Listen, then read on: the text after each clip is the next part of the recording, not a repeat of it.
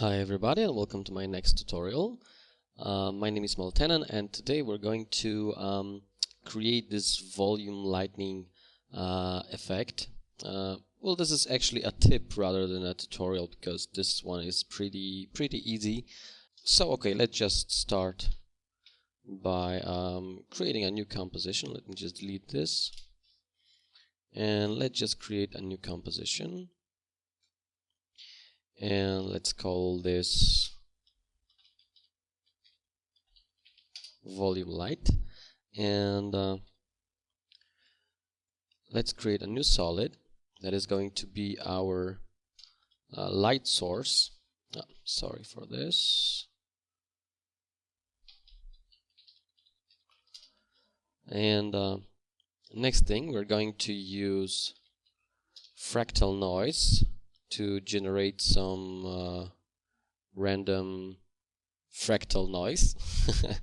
Okay, let's set the noise type to spline so the result is a bit smoother, and let's turn the complexity down to 2 and subsetting sub influence to 0 or maybe to 20%. So the results are very smooth. Next thing, set the overflow to warp back. Basically what this does is that when you pump up the contrast and the values go to white or below white, or should go below pure white, they just start warping back, as you can see. So we have this bright lines and then inside we have a darker color. So this is basically what warp back does, and I think this looks okay. And next thing, we're going to turn this layer into a 3D layer, and let's rotate it by holding shift. So we rotate it 90 degrees. As you can see, we have no layer visible at this moment, is because it's facing the camera, facing the composition. So let me just move this upwards like so, and we can just scale it like this. And the next step is to create a new adjustment layer. Let's call this light, and this is going to generate a volume light, and we are going to use radial fast blur. That's right.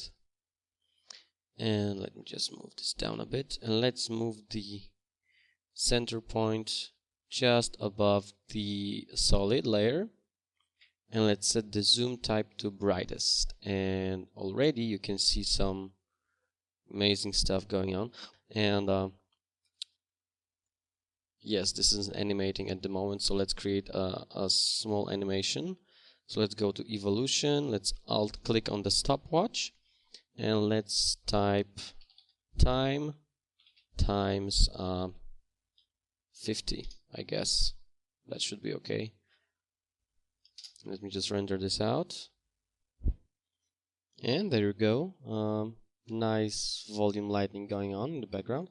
And this is also a transparent layer. So we have an alpha channel going on in here. So this is good if you would like to use some kind of a background. Let's create a new solid. Let's call this background BG, and let's use a ramp effect, and let's generate some colors, for example something like this, and maybe more greenish, like a deep ocean stuff. And now the problem is that we still have this layer visible. We could of course move it upwards to hide the layer, but I think that the better way to do it, I mean much more convenient, I think that's the word, is to use the transform effect on the adjustment layer, because of course we cannot have the background in this composition. Then this is just the volume lighting. So let me just turn this off. This was just for demonstration purposes.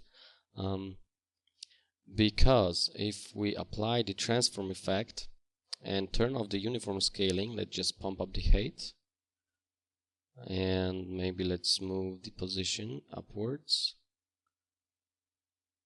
We can always turn this on and off to, make adjustments to this layer without having to pull it back down and then pull it back up and stuff like that. So this is pretty useful stuff, and I think that's it.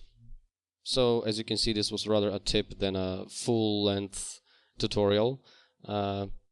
Anyway, I hope you've enjoyed it, and I would like to encourage you to visit my website www.maltenan.com to see more of my tutorials on Photoshop, After Effects, Audition, and basically all the Adobe Production Studio products. Thanks for tuning in. Cheers.